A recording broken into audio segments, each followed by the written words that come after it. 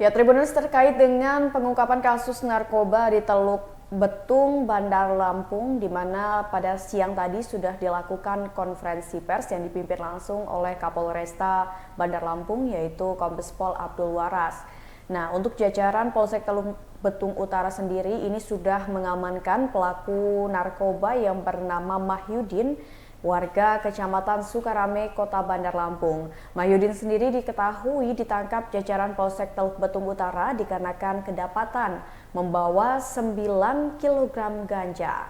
Untuk konferensi pers baru saja dilaksanakan pada siang tadi, Jumat 2 Agustus 2024. Barang bukti pun dihadirkan di hadapan awak media pada saat konferensi pers berlangsung.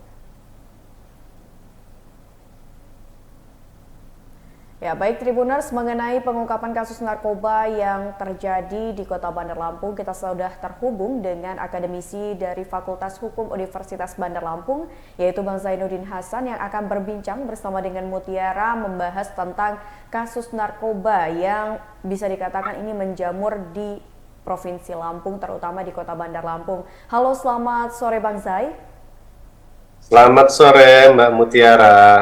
Ya, Bang Zai, kita berjumpa lagi dan kali ini kita akan membahas seputar kasus narkotika yang baru saja diungkap oleh Polsek Teluk Betung. Nah, Bang, ini kan kalau Mutiara sudah membaca beberapa artikel, ternyata memang di Provinsi Lampung ini katanya menempati urutan ketiga se-Indonesia sebagai wilayah yang tingkat tinggi peredaran narkobanya, Bang. Dan berdasarkan catatan dari BNN Republik Indonesia sendiri, ini terdapat 874 kawasan di Lampung yang memasuki kategori rawan. Nah Bang, ini apakah dengan peringkat ketiganya Provinsi Lampung, daerah rawan peredaran narkoba ini, memang akhirnya untuk kasus narkoba sendiri hampir setiap minggu nih Bang, diungkap oleh pihak kepolisian. Nah, kalau dari sisi hukum Bang, sebenarnya upaya seperti apa sih Bang yang bisa dilakukan? Ya, tentu saja yang pertama kita prihatin ya, artinya ranking yang diberikan oleh BNN ya, dalam hal ini peringkat 3 di Indonesia itu eh, bentuk ranking yang buruk ya dalam Iya, proses betul peredaran. sekali. Nah, ini tentu saja sebenarnya khususnya di Provinsi Lampung sudah ada, termasuk di Kota Bandar Lampung, saya termasuk perancangnya juga. Kita sudah ada tahun 2023 itu sudah membuat namanya Perda tentang pencegahan pemberantasan penyalahgunaan peredaran gelap narkotika atau P4GN. Nah, mudah-mudahan di dalam upaya P4GN tadi, pencegahan pemberantasan peredaran penyalahgunaan peredaran gelap narkotika tadi bisa diimplementasikan ya melalui perda tersebut, di mana di dalamnya ada pencegahan, ada pemberantasan, dan kita sudah mulai bahkan masukkan ke dalam kurikulum sekolah ya, baik sekolah dasar maupun sekolah menengah. Di lain ini juga ada kerjasama dengan perguruan tinggi, kemudian diinsersikan kalau seandainya tidak bisa dimasukkan ke dalam muatan lokal, itu diinsersikan ke dalam mata pelajaran di sekolah, sehingga yang menimpa dari yang menjadi korban dari peredaran gelap narkotika ini kan mulai dari anak ya, anak-anak remaja ya, sampai dan tidak kadang-kadang tidak memandang usia. Nah, oleh sebab itu mudah-mudahan dengan disahkannya Perda P4GN tahun lalu, tahun 2023, mudah-mudahan bisa direalisasikan pada tahun 2024 ini.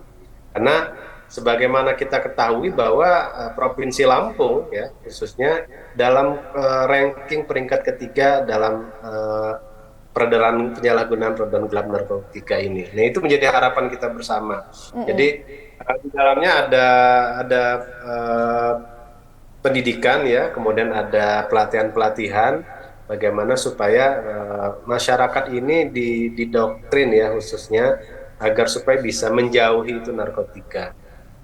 Mbak Oke. Mutiara. Nah, Bang Zai sendiri, Bang, ini kalau untuk di Provinsi Lampung, kenapa sih Bang, kira-kira faktor apa saja yang membuat akhirnya Provinsi Lampung ini sangat rawan akan peredaran narkotika? Mungkin selain untuk Provinsi Lampung sendiri yang menjadi gerbang utama menghubungkan Pulau Sumatera dan juga Pulau Jawa, Bang Zai. Yang pertama itu ya, kita posisi Lampung pintu gerbang ya, mau ke Jawa Mm-mm. lewat Lampung, mau ke Sumatera pun harus lewat Lampung. Itu yang pertama.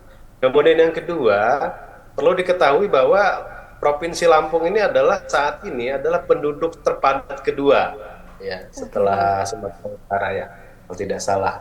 Artinya memang kepadatan penduduk kalau kita lihat kalau setiap pekan sekarang Sabtu Minggu itu plat ABG ya kalau istilah Mm-mm. Pak Kapolda itu Lampung itu dipenuhi oleh ABG kalau akhir pekan.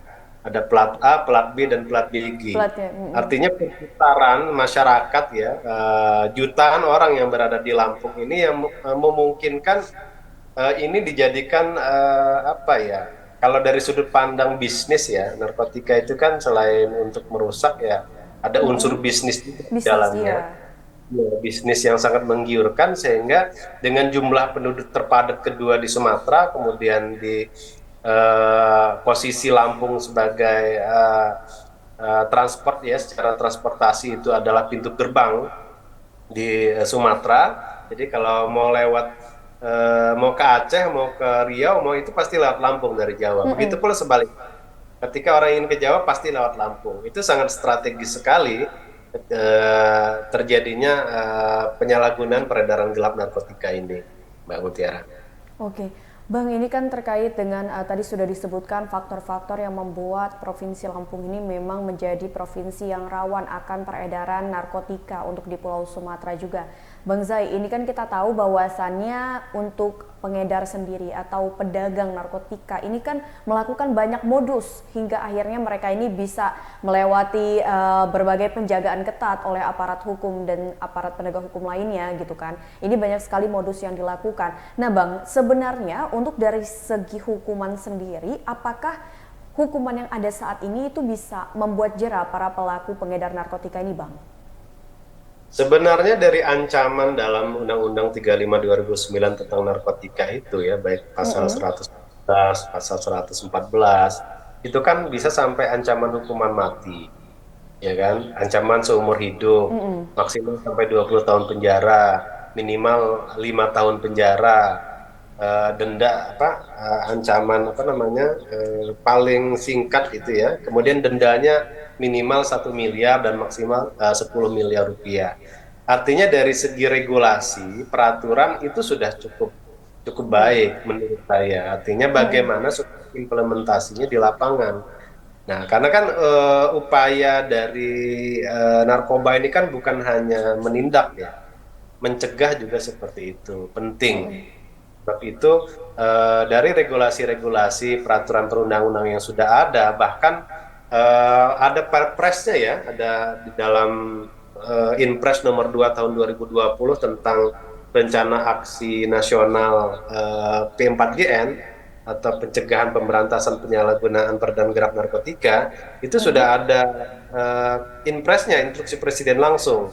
Artinya dari undang-undang, kemudian ada peraturan pemerintah, ada Inpres, ada sampai dengan peraturan daerah, itu secara regulasi itu sudah sangat lengkap dan mumpuni. Nah, bagaimana sekarang mulai dari masyarakat dan aparat penegak hukumnya bisa menjalankan aturan peraturan yang sudah dibuat tadi dengan sebaik-baiknya. Oke, baik. Jadi memang kalau untuk berdasarkan hukuman ataupun peraturan yang sudah ditetapkan oleh pemerintah ini sudah baik, namun ini balik lagi bagaimana saat mengimplementasikan aturan tersebut seperti itu ya Bang Zai. Ya, Mbak Mm-mm. Mutiara.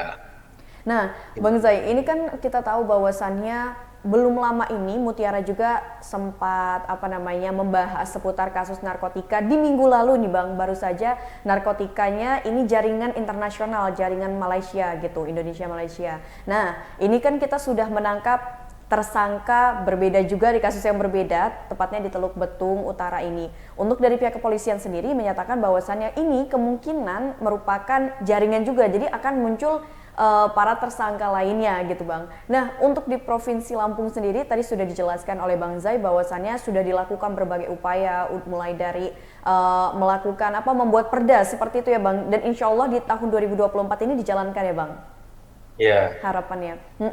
Nah Bang Zai, kalau untuk dari mungkin dari peran keluarga apa yang sebenarnya bisa dilakukan gitu Bang? Mengingatkan ini kasus narkotika yang menjadi sasaran utamanya itu dari kalangan usia dan termasuk siswa-siswi ataupun mahasiswa dan mahasiswi ini menjadi salah satu apa ya istilahnya korban lah ya dari peredaran narkotika ini. Apa yang bisa dilakukan dari pihak orang tua Bang? Yang pasti orang tuanya harus mengawasi ya, mengawasi anak-anaknya. Karena kalau berdasarkan pengamatan saya, termasuk penelitian saya di lapangan, Baik. ini kan pelaku rata-rata itu tidak tinggal bersama orang tuanya biasanya, pakai maupun pengguna, pengguna maupun pengedar ini. Artinya eh, orang tua peran yang paling penting adalah bagaimana melakukan pengawasan ya terhadap anak-anaknya. Selain itu juga implementasi dari P4GN tadi yang sudah saya jelaskan di awal bahwa Baik. ya pendidikan ya. Kadang-kadang kan eh, eh, anak-anak ini kan awalnya mencoba ya kan, dan ini diawali dari ketidakmengertian. Mencoba, kemudian ketagihan yang awalnya diiming-imingi dengan harga murah, dengan gratis dan sebagainya, akhirnya menjadi korban, menjadi pemakai, menjadi pecandu.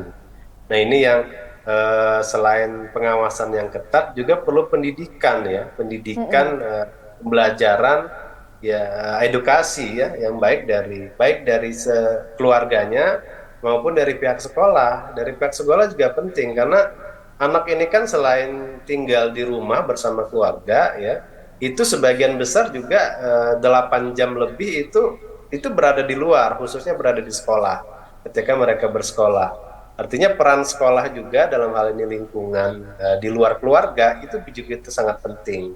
Peran guru ya, peran pendidik. Nah, selain dari peran-peran dari penegak hukum, bagaimana upaya untuk mencegah dan menanggulangi narkotika ini. Karena narkotika ini kan kejahatan pidana transnasional ya.